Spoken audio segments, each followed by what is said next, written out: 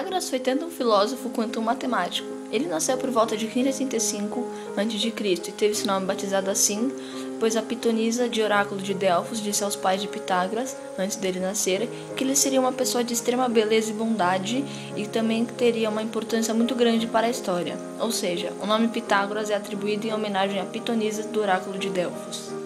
Mal acabado de sair da adolescência, Pitágoras acreditou que todos os conhecimentos que os gregos possuíam nada mais eram do que fragmentos da grande sabedoria que se encontrava nos templos egípcios e na Mesopotâmia.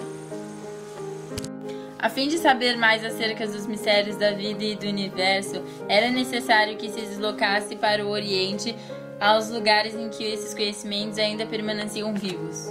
Pitágoras passou cerca de 40 anos peregrinando de países em países em busca de informação. Ocorreu então que ele teve suas próprias reflexões sobre a matemática e sobre a origem do universo. Pitágoras então segue para Crotona, onde abriu um local de ensino em que, para um cidadão entrar, ele teria que passar por uma série de testes, tanto físicos quanto psicológicos. A primeira iniciação tinha como base que o integrante era submetido a um voto de silêncio que durava 5 anos. Ele consistia em que o aluno passaria 5 anos também apenas ouvindo os ensinamentos de seu mestre sem nenhuma explicação, onde ele aprenderia lições básicas de conhecimento e comportamento.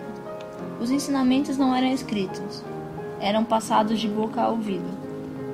Na segunda fase, os alunos aprendiam o conhecimento matemático, passando de alunos a mestres. Os pitagóricos acreditavam que para chegar à purificação da alma era preciso ter conhecimento, ou seja, essa era a meta do conhecimento. Pitágoras acreditava que a origem do universo estava nos números. Para Pitágoras, tudo é número. Ele acreditava que tudo era representado por números, ou seja, tudo na natureza era organizado em termos de relações numéricas, de modo que o objeto que criou o universo era o 1, pois ele foi o primeiro a existir.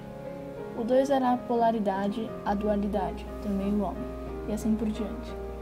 Pitágoras acreditava que o número era concebido pela divisão da unidade, em que o 1 primordial, ao se dividir, produziu o 2, e assim por diante. Eles também se baseavam na geometria, em que, já que o triângulo tem 3 vértices, ele representava o número 3, com 3 pontos, o quadrado com 4 e assim por diante. Para eles, o número era um indivíduo e tinha até mesmo personalidade. Ele também viu que a soma dos números ímpares resultava em números quadrados, e com base nisso criou o Teorema de Pitágoras, em que a ao quadrado é igual a b ao quadrado mais c ao quadrado. Além disso, Pitágoras, ao pressionar o monocórdio, descobriu a música, em que a corda musical, ao ser dividida em determinados pontos, produzia diferentes sons que equivaliam a uma fração do som produzido pela corda inteira.